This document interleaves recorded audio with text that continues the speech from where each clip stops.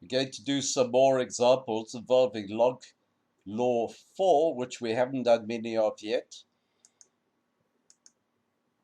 Remember, log law 4 says that log of a number to a given base is equal to log of the number over log of that base to any new base you wish to choose. So in the example, these are examples from your textbook. If we have a look at log of 9 to base 20, the log of 27 to base 9. Now we know that we already have a method for evaluating this, but let's see how we can do it by changing the base. So we're going to write log of 27 over log of 9 to a new base. The decision is, what is the base? You'll notice that I've chosen 3 because 9 and 27 are both powers of 3. So why not go for that? Now from here we can do it very quickly, but if we do what we've already learned, but I'm going to go the formal way first. So we're going to raise 27 to 9 to powers. The 3's come to the front by log law 3. There it is. And then, of course, log 3 to base 3, log 3 to base 3 by deduction 1. They are 1. And we get 3 over 2.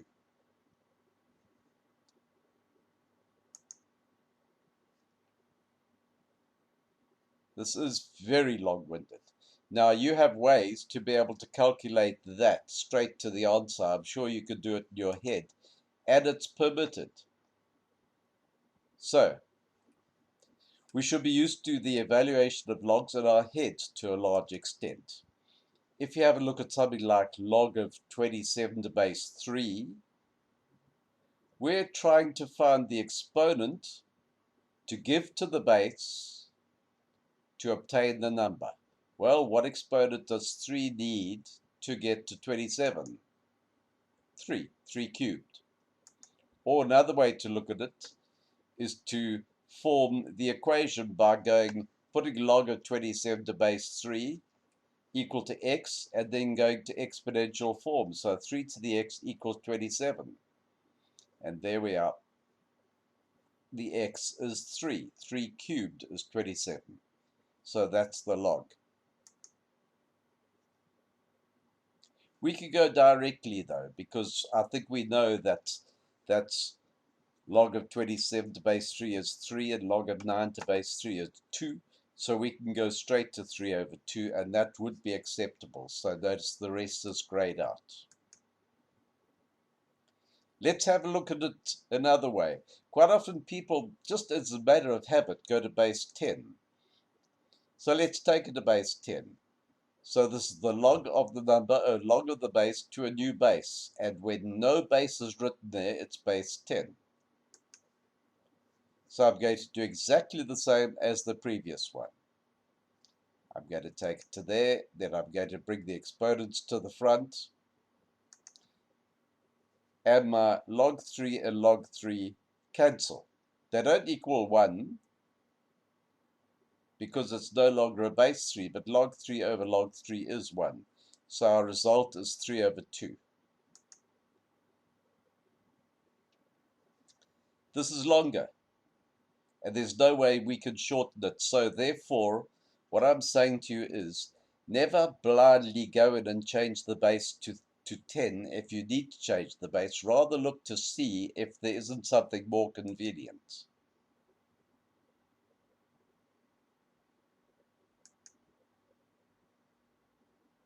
For example, in this one, both 27 and 9, they're both powers of the same smaller number, 3. So rather use that smaller number. That's why I used 3. If there's a variety of powers of different smaller numbers, then absolutely you can change it to base 10. Even in this case, I might consider not changing it to base 10 because, of course, each of these 2 to the 1, 5 to the 1, but that's 3 squared. and there's a 3. So I could actually make it base 3, so I end up with log of 9 to base 3. I'm welcome to do that. So let's go by base 10 first of all. Those cancel there. That 2 comes down to the front by rule 3. And now we can cancel the logs, and we end up with 2. Look, if we had chosen base 3, because we saw that 9 there, for a slightly shorter calculation, then we're going to have exactly the same there, except I'm not going to write 3 squared, and I'll just put in the base 3 along there. Now, once again, the log 2s are going to go, the log 5s are going to go. Log 3 to base 3 is 1, and so all I have left is log 9 to base 3, which is 2. And that's my answer.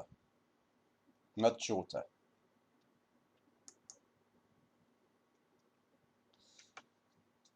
In your textbook, page 100, or you could do it straight from here, there are 4 for you to do. Notice there is help for you. Clicking on the answer to each question will take you to a fully worked answer with some explanations. Once complete, click the back arrow at the bottom left of the screen and it'll bring you back here. So let's have a look at number 1A as an example. As I go there, you'll notice the mouse changes to a finger pointing. Now, if I click that, I end up going through that example. There it is. And note, you can always check your answers by using the log of something to base something on your calculator. And it's worthwhile doing that. If you're at an exam and you're checking your answers, you should always check it by a different method. And then all we do is click here, this arrow, and we go back to the original questions, the original exercise. We can click on each of those answers if we want to look through them. Do this as your homework. Not very much. Pause at this stage. In fact, let me go back a step. Pause at this stage and rather do it now while it's fresh in your mind, what we've just done. The next section's not going to require extra work, but you just do need to be introduced to it. So do these questions first and then go on to the next section. So just pause the videotape. Natural logs. We mentioned natural logarithms. Mathematical constant e. It's all to do with this constant e. Valuable properties, which you'll come across as you continue, and we can't do without it in calculus, in fact. How people come across these, I don't know, because have a look at e. There's the calculation for e. Sigma n equals 0 to infinity 1 over n factorial. I'm not sure if you've done the factorial before, but there's n factorial. N factorial is n times n minus 1 times n minus 2 all the way down to times 1. So 6 factorial is 6 times 5 times 4 times 3 times 2 times 1. So this expands to that. 1 over 1, 1. 2 times 1, there's 2 factorial, 3 factorial, 4 factorial. Note this one here, it starts at 0. 0 factorial is, 0 factorial is 1. Sorry, I'll correct that, but please note that 0 factorial is 1. So that's why that's a 1 there. I'll correct it in the PowerPoint and the notes. The gradient of the tangent to a curve f of x equals e to the x at x equals k is e to the k. The graph of, in other words, it's its own gradient. Have a look. Here's y equals e to the x. Now if I take the x value of 2 going up there, now because it's the x value of 2, that's e to the 2, e squared. And I've now gone and drawn the graph of y equals e squared x, which means it's a straight line graph with that y value as the gradient. And it happens to be -7 to put it in the correct place. And notice that there we are. It's a tangent to the curve at x equals 2 with a gradient of e to the 2. Just very interesting, but it'll come up more in calculus. So there we are. E squared x, so m equals e squared. And of course, x is equal to 2 at that point.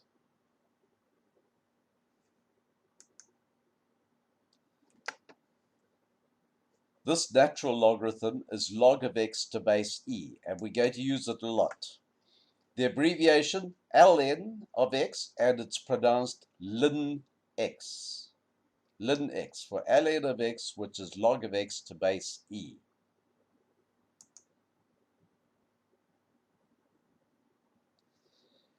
Ln of x and e to the x are a link to all other logs and exponents in calculus. And if we can't, in calculus, to do the functions of calculus, if we don't know how to use ln x and e to the x, we're actually stranded in many cases. So during certain processes, all other logs and exponents have to be written in terms of ln and e. We're not going to do exercises, but just go through this to understand it. Writing a log in terms of ln. There we are, log of x to base 2, log of x, which is log of x to base 10. I'm sure you can see quite simply, there we are, that's how we go to base e. Change a base. So I'm going to take this and I'm going to change the base. Ln of 2, ln of x over ln of 2 means log of x to base e or log of 2 to base e. Change a base, log of x over log of 2 to a new base e. And often you can leave it in that form, but if you had to go further, you can find ln of 2 on your calculator. There is a ln button. And then we would find what I've done on the calculator. Because that's dividing, I've found the inverse of ln 2. There's the number, goes on forever, it's irrational. So I've just rounded to 3 decimal places. Same thing's going to happen here. This is log of x to base 10. So therefore we'll have ln x over ln 10. Log of x to base e over log of 10 to base e. And if we use the calculator, we'll see that ln of 10 to the negative 1, the whole of ln of 10 to the negative 1 is 0.434. So we've replaced that there.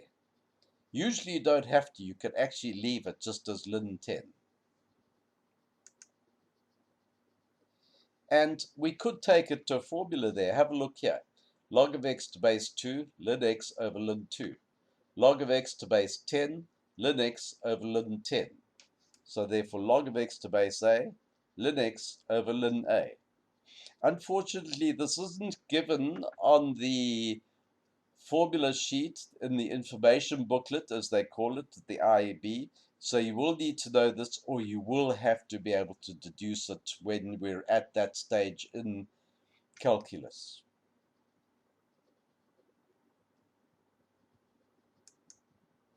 Writing as a power of e. So if we're going to take a power and then write it as a power of e, such as 3 to the x. This is slightly more complex. I've got to go into logs eventually, but I'm going to take 3 to the x, and I'm going to say let e to the k equal 3 to the x. I'm trying to write it as a power of e, so let that power of e be e to the k, and we'll put it equal to there. Now, we can go to logarithmic form with base e. There's the base, there's the exponent, so there's the number. There's the base, there's the exponent, there's the number. So therefore, remembering that that's the way we do it. K, the exponent, equals log of the number to base e, which means K is x ln 3. Rule 3, I brought the x down, so x ln 3 like that. So now we have it, because e to the k equals 3 to the x. So instead of 3 to the x, I can write e to whatever k is equal to. So 3 to the x is e to the x ln 3. And just in brackets, because often you can leave it in that form, there is ln of 3. 10 to the x, same thing. But let's have a look right now, because we can get a formula out of this immediately. There we are. A to the x equals e to the x ln a. 3 to the x equals e to the x ln 3. So there's the pattern. And let's use this to get back to 10 to the x in terms of e. All we have to do is that.